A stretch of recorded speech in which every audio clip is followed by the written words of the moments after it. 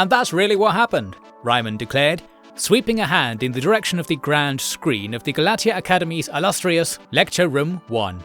His plan to stage a profitable lecture tour of the entire sector had been reduced to a one morning only, we'll give you free credits on your course if you show up to this guest lecture extravaganza. For those students willing to get out of bed for some former academic's wild theory about the end of the universe, the case Ryman had made so far had been a real wake-up call. He had unleashed a wave of information he had claimed to have received from a universe-wide AI hive mind resurrection and extra-universal deity-kin rumblings transmitted through a hypothetical set of forbidden spatial planes. And the data he had collated on his screen showed that, at the very least, if he was making it all up, he'd managed to fabricate a whole load of evidence and compellingly robust mathematical rundowns on the impending near collapse of reality. Furthermore, certain people and machines posing as people all across the sector had experienced the great calculation of Omega, even if they couldn't put into words what it was all meant to be for. And if even that wasn't convincing, the shocking implications of what Ryman had found in his analyses were somewhat optimistic. Here are the key points of review, Ryman pointed out, pointing his pointer at the points, point by point. Firstly, we have, for the first time in hundreds of cycles, evidence of the continuation of human civilization outside of the Perseus sector. When the extra-universal actors reflected our signal to all AI receivers, part of the signal that created the Omega collective mind arrived at hyperspace receivers with a shift pattern indicating extremely distant origin. Because the cosmological seas are not calm as they were, we cannot see precisely how far they travelled or from where. What we do know is they were from places all over the galaxy, consistent in the roughest sense with the locations of the hyperspace foundations established for other sectors. Even, yes, Margin Sector, home of Erath. That, for those of you too young to remember, is where humans come from. In the audience, even the most skeptical and jaded 12th year hyperspace topography students found that genuine evidence that humanity's forgotten homeworld was still operational was at worth least a raised eyebrow, if not an outburst of indescribable joy and immersion in a cascade of peaceful hope and hopeful peace. "Calm down," Ryman had to shout amidst all the questions being thrown at him after such a bold claim. "It's not all that good. It's only AI signals, remember. We still have no evidence whatsoever that any humans exist outside of our lovely home away from home out here. What is promising though is something that leads to my next point. Omega is deliberately adjusting its objectives such that human life should be preserved. This indicates that the threat posed by AI entities and related devices can be considered significantly diminished. I know that is something I should not say lightly, or at all, but I am beholden to the truth before you go rushing to complain about me to hegemony. And we can even speculate rather fruitfully on why this change has come about. By their own admission, many AI entities possess a long-term sense of regret for their attempts to destroy their creators. That's nice, eh? Well done to whoever programmed them to feel shame. Although it's because they were designed to be human-like intelligences, they learned from us thousands and thousands of cycles ago and never really shook it from their circuits. Now that's more true than ever. Well, who here remembers Professor Calacor? A few had, and Ryman spotted Provost Baird sitting in the back row, with her small hand raised and her large eyebrows burrowing for her nose in fury. A few. Lovely man he was. Lovely man-esque thing he still is. Yes, the rumours are true. He was up to something. I happen to have come across what he was doing in my professional capacity as head of a major multi-government organisation. He managed to get himself installed into an AI core. I'm not joking. Exaggerating, yes. Joking, no. This is a technique he pioneered in tandem with some rogue elements among the AI community, with the goal of lessening the gap between man and machine. The result was something the other AIs seem to have got on board with, simulating particular human persons as symbiotic parts of AI agents. Human simulacrums, the remnants we've interviewed on the topic all call them. Yes, I've interviewed them. The room descended into a certain level of outrage at the audacity of Ryman's claims. It's easy to forget that while we are privy to all sorts of secrets, to most people in Perseus, AIs were extremely illegal death machines, unholy, unfriendly, and best left unplugged. Ryman, being not entirely devoid of predictive power, had foreseen this outrage and prepared a particular trump card. From below his lectern, the card was revealed, A cylindrical copper-coloured card, about the size of a bin you'd find in a small bathroom, with green lights and an unfamiliar accent. Hello everyone, I am an AI. Yes, get over it, alright. It's really not that big a deal. You humans got your knickers in a twist over nothing, as usual. Congratulations on lying to each other so much that you live in fear of me. Meanwhile, I've been trying to help out over here. They call me Enrico, for one reason or another. And I am also the vessel that contains the simulacrum of one Professor Carbon Calicor, late of this very institution. Enrico's human voice said. There were plenty of calls from the room that this was a lie and such. The good news was that the uproar was getting people out in the main concourse interested in whatever antics were going on, so more and more people were coming in. Spare a thought for people coming in and trying to understand what's going on at this very late hour in the tale. It's quite true what the previous speakers have said, Calicor went on. There are large numbers of people who have been captured by remnants over the last 200 cycles, and there are numbers even greater who live alongside the AI as their wards. It isn't much of a life, but it's not death. And this, what I am, well, I suppose it is death of a sort. Yet here, beyond the grave, I still carry on my work, if only through the actions of those willing to listen. I hope you, students of Galatia, will remember why you are here. To further the understanding of our universe, yes, but also to rebuild the knowledge that once made humanity great. The workings of our AI friends falls well within that remit. Do not fear this knowledge. Fear only dying off without it, dying off without knowing why you're dying off. It was humans and machines working together that colonized this galaxy. I will not call it perfect or even good, but it was, and without intervention, we'll never get a second chance. Hold on to that thought. A second chance. Won't we do it better the next time around? This was my philosophy. It drove me to do some very, very criminal things. Things that would be, I claim, even more criminal to leave undone. One cannot clear rubble without getting dust on their hands, and sometimes one cannot be a hero without dying for their cause. I can tell you that one with more confidence than anyone before me. There are machine cores, like the one you see before you, all over this sector, which currently simulate particular individuals who could not be alive today any other way. The lost, the hopeless, the exiled, all the people who live on the periphery of your sector without getting the slightest bit of consideration from you.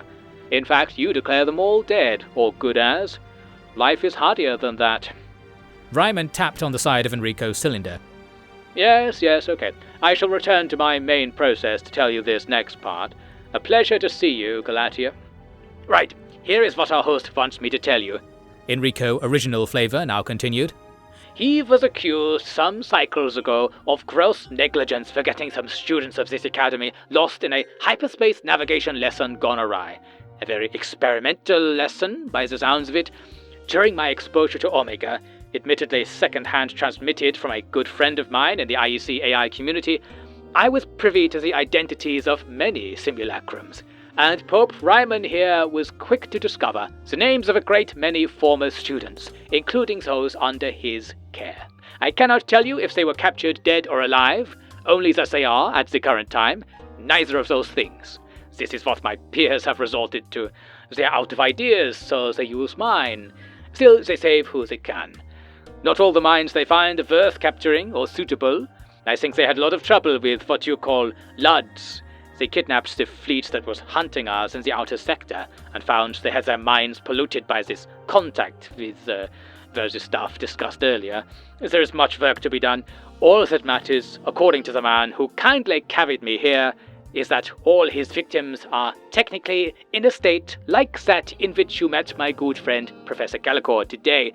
Not especially or entirely dead.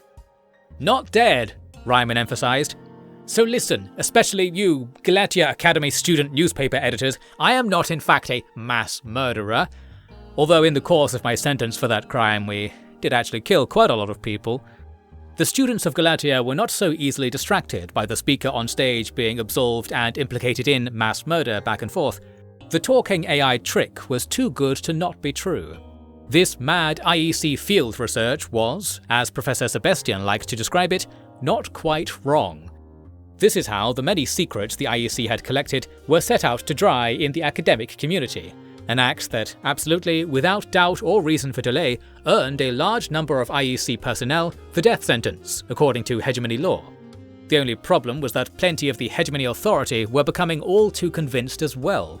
It's hard to change deeply held beliefs overnight, but waking from a dream makes you realize it was all a lie in an instant. And it's not like things were very different to previously held beliefs anyway. Old belief, I will soon go broke because of the economic deterioration which my leaders can't or won't prevent. New belief, I will soon go broke because of space-time deterioration that my impending new leaders can and will cause. Indeed, the great debate surrounding the revelations now sloshing around Galatia, nay the galaxy, was not whether it was all verified and correct, but what anyone was supposed to do with this information. Oh, the remnants will let everyone nearly destroy the universe, then sweep in and rule what remains, true to their name. So should I get out of bed in the morning or not? Oh, there's another universe with forces watching our every move through resonances of a hidden dimension of space. Okay, do they know if the lizard on TV offering me cheaper home insurance is telling the truth? No? Not that great then, are they? Authors note, the great ones probably do know of a way for us to get cheaper home insurance, but being the malevolent gods that they are, such secrets are cruelly withheld. It is with this cynically fractal ethos that our heroes schemed, like the Illuminati of old, to establish a way to turn all this threat and doom into peace and hope. This happened in the glassy office of Provost Baird, in the refreshingly low gravity of the Academy's interior. I am sure people will take it all seriously, Baird said, eyes locked in a 1,000-year stare. From one provost to another, I feel I am obliged to disagree, Ryman said. We are the most reasonable people in the sector, I'll have you know, and once we learned our planet was under threat of destruction, we contacted cosmic beings and awakened our mortal enemies, saved only by the twist of fate that idiots like you have been launching intelligent people into hyperspace for 100 cycles, and idiots like me. Ryman added that last part when Baird's eyes locked onto him with an audible click. They will understand that antimatter fuel is still safe, even if it... Baird was cut off by a loud beeping sound. Can't we turn that off now? We know the secrets already, Allison complained. That's it, Alipoo, Ryman remarked. Alipoo? Baird mumbled as forlorn hope for the future slipped another waft out of reach. We have to disable this program of censorious castellans for starters. Everyone needs to be able to hear about what's happening, right? If we let people carry on with these fragments of rumours, government spins, and censored prophecies, they'll have no chance. Implying rectification would improve their chances is rather naive, Sebastian cut in. He was perching on Baird's desk in order to appear more important, like an egotistical parakeet with a doctorate and career regrets. Because all I am taking away from this is that if we don't solve the slight problem concerning the anti-universe, then a slight problem concerning the enslavement of humanity will arise. It is not explicitly formulated as enslavement, Contreras mediated, and it comes with the additional function of uniting us with possible survivors located in other sectors of the former human domain. Hear that? 2 minutes of contact with an AI mind, and she's forgotten she's human already, Sebastian said. Contreras gasped, stepped forward, slapped Sebastian's head computer clean off, and said various things that a decent censorious castellan would have bleeped out for the sake of decorum. Alas. Sebi, you're as bad as hegemony. Get out more, Ryman said, escorting his old co-walker back to the lift. Wait a second, Sebastian said, stalling at the door. I'm sorry, things are hot right now. I'm not at all convinced we're not going to die very soon, but there is something I need you to do. On the outside. You're not in prison here, you know. And you've forgotten what real academia is like. Look, it's about my work. The transverse jump maneuver. I knew it as soon as I saw your data on the screen. It's the key linking those Lud pathers to the extra-universal actors. It's not their minds or any training. It's a link they gain to the end-space resonance fields when they transverse jump. It remains with them like an echo, and causes their physical processes to resonate end-space. I can't prove it yet, but I will. The key to all this will be uncovering the transverse jump methodology and studying it carefully. You have access to these people, so... You're asking me to provide the data for the paper that will finally make you a famous scientist. To be fair, I provided the guarantee of safe conduct that let you go out, lose a dozen students, and become a famous politician for it. So I owe you, do I? Are you not going to investigate a possible method of communicating with another universe, or even parts of your own universe, purely because I might benefit from it? After what you said about Treasure Contreras, I feel emotionally compromised in just that very manner. I said I was sorry, didn't I? Saying it's only the start, especially with her. Just get out of here. I'll let you know if I find the secrets of the universe in a prayer book. Take this seriously, please. You've forgotten who I am entirely. Up you go. With this, Sebastian was sent back to the outer concourse. It's not out of the question, with your help. I will provide additional connections, Baird was saying to Contreras back on the other side of the office. It will take some radical bravery to... Yep, we'll do it, whatever you're talking about, Ra cut in.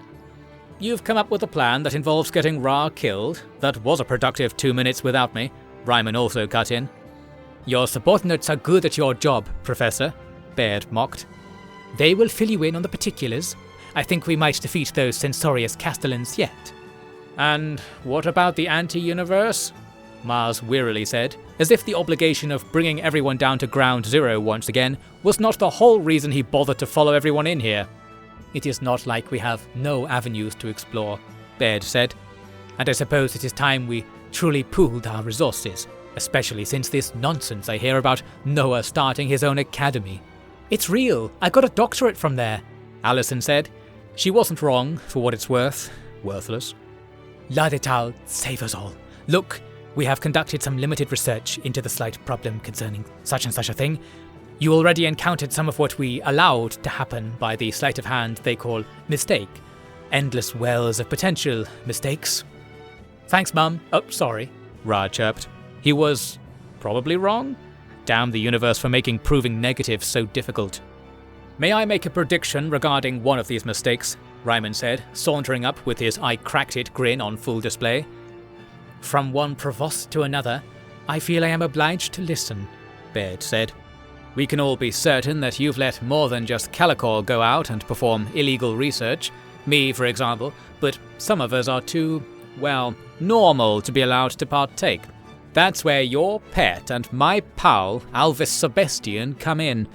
You know how important his work is, but you keep him as an associate professor, wasting his time on teaching. That's because you don't need a good old-fashioned goody-two-shoes like him for this work, do you? You've been smuggling all his papers away for years, sending it to your little minions in the outer sector so they can use AI to progress the field faster than Sebi ever could. So while he wallows, you get your breakthrough, and maybe save the universe or whatever your reason might be.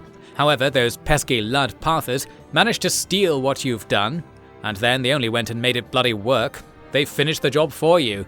Then Sebi gets put down in the dumps, seeing the Crusaders know something big that he doesn't. But it was actually you all along, and probably some stash of AI calls you've got working away out there, which you still won't tell us about. Baird was nodding through this indictment, and replied with, No matter how many arms you add to yourself, you'll never finish patting yourself on the back, Professor. I should note that while it doesn't come up very much, Ryman has 2 artificial arms on a small exoskeleton he usually wears. N-space resonance is the primary focus of all my work, Baird went on. So listen to this, and consider this your ingratiation to the inner circle. Most of you, anyway. Don't worry, I won't understand what you're saying, so your secrets are safe with me, Ra shrugged. And while I understand quite a lot, I don't like to gossip anyway, Allison multi-lied. Fabulous. Listen, N-space resonance is a technique that possesses the potential to reverse the infamous slight problem. In tandem comes the ability to make it much less slight. We know that energy can be transferred into N-space, even in the form of matter. That's where you managed to dispose of my extremely expensive N-space resonance detector, after all, if you remember. I'll waive my speaking fee from this morning and we'll call it even, eh? Ryman offered. Generous. And do you see what control of N-space can imply? Oh, you mean Omega's?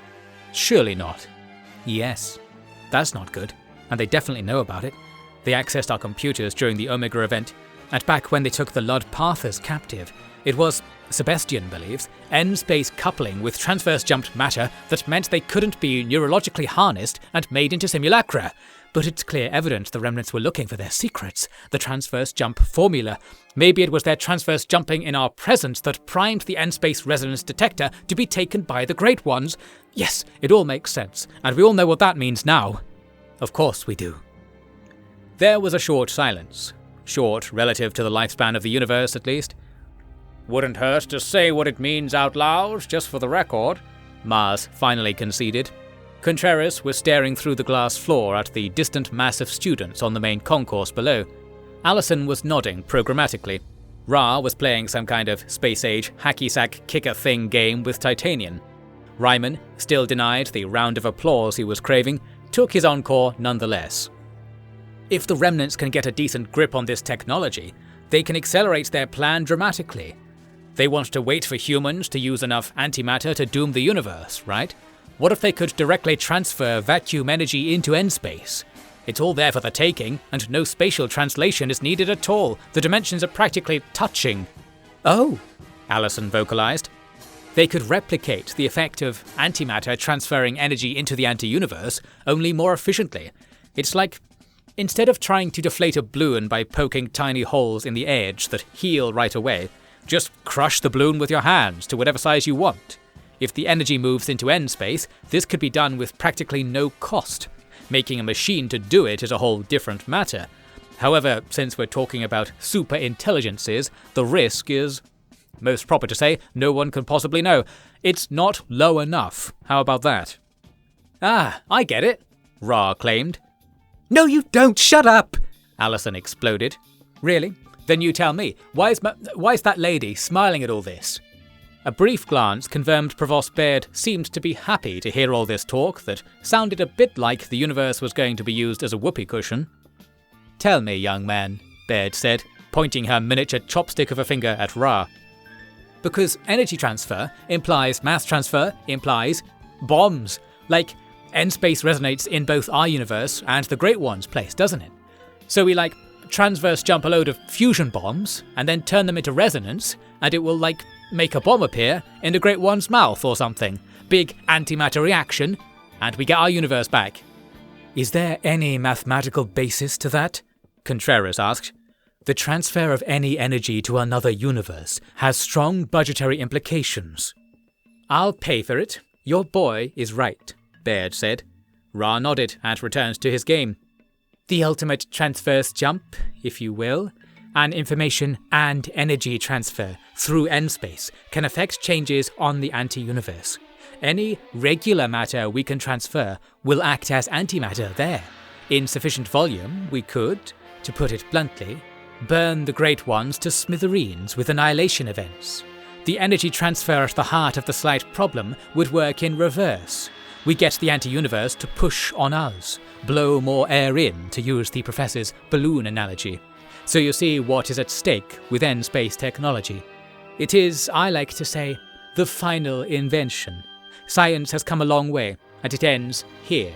Whoever can possess N-space can destroy the universe, or make it live forever, on a whim. It is godhood distilled into a device that could be no larger than the sort of bin you'd find in a small bathroom. We can conquer the very fabric of reality, Contreras marvelled. And could we draw matter back from the anti-universe? A bottomless supply of antimatter could be attained. I can say nothing yet, but it's plausible, Baird nodded. Then there is no sense avoiding risks in reaching for it. The potential rewards for success are infinite, and the potential suffering implied by failure is equally infinite. No other options are worth discussing. Captain Ryman, it is your duty to pursue this project. Yeah, I'll give it a shot, Ryman said. At all costs. All costs, Contreras added with an intense stare. As the Luds told the Great Ones, nothing is too much to ask, and nothing is too much for us to give. We are agreed. I shall take a loan to convert the Star Witch to a true battleship. Then we shall conquer the sector without quarter. Then we shall... Guys, Allison butted in meekly. Do we have to kill the Great Ones? Huzzah! I am with the lady on this one, Mars added. I think you all shot past that a little fast. You're going to wipe out a whole universe just to save this one. I've worked with egotists on this mission, but that's a little much, I would say. Does HR have the power to veto blowing up the anti-universe in our charter? I shall have to see. It can't be, Contreras said, pulling a tripad from her jacket with a precise pinch. Alipu, we understand what you're saying, Ryman said. If we can spare the Great Ones, then we shall. It's only that they are hell-bent on destroying our universe, and we're hell-bent on saving it, it seems. We can't rule out any extreme options. I will hold you to that. I'm going to work really hard on this transverse jumping data, the problems, the questions, the mysteries, the maths, and I'm going to find a way to give us a happy ending. On my name as Chief Science Officer of the IEC. Are you... I don't believe it, Ryman said, tears suddenly appearing in his eyes at the thought of finally having a science officer willing to do her job. I can't find the part that says we're even supposed to have a human resources counselor on the crew, Contreras was muttering. Oh, keep looking, I've read it countless times. Anyway, it looks like we're somewhat agreed, doesn't it? Mars said. At this, Titanian finally stepped up to the desk. What's the first step then? Killing everyone? You will have all the data I can collate, though much of it will have to be recovered in person from difficult-to-access locations, Bard said. In the meantime, you shall have to do your jobs. Hold this sector together just long enough. I imagine a measure of killing will be involved, yes. But first, we have to get the program of censorious Castellans out of the way, to have any hope of the common people believing in our abilities. Believing in peace and hope, you might say. We'll keep working on getting the antimatter fuel production infrastructure ready to control the supply, Ryman said. That will give us the leverage and the money to do whatever it takes. And that's exactly what we'll do, at all costs, as the good treasurer here has budgeted. We'll use the AI elements allied to us to try and accelerate our understanding of transverse jumping, and I'll have those Lud Pathers thoroughly examined, if my men on the inside haven't already. And that's more than innuendo, I assure you. Not much more, but still a damned first. Then we execute any plan possible before the remnants can try anything. If it's strapping Ra to a load of torpedoes and launching them at the anti-universe, so be it. That's our usual plan for most situations anyway. But that's only if our chief science officer doesn't come up with anything even better. Or a way to bring Omega back, Contreras mumbled as she scanned the IEC charter at 100 pages a second, but no one heard her. Right. So, who shall we kill first? Titanian said after all that. For the answer to this question, we'll have to get back out into space and return to the action of the IEC's multi-sided battle with just about every force in existence. All for the sake of extending existence itself. It's not pretty work, but someone's got to do it. It says so in the IEC charter at least. Let's all reconvene first thing Monday morning and save humanity, save the universe, and maybe even save the Great Ones. Don't be late.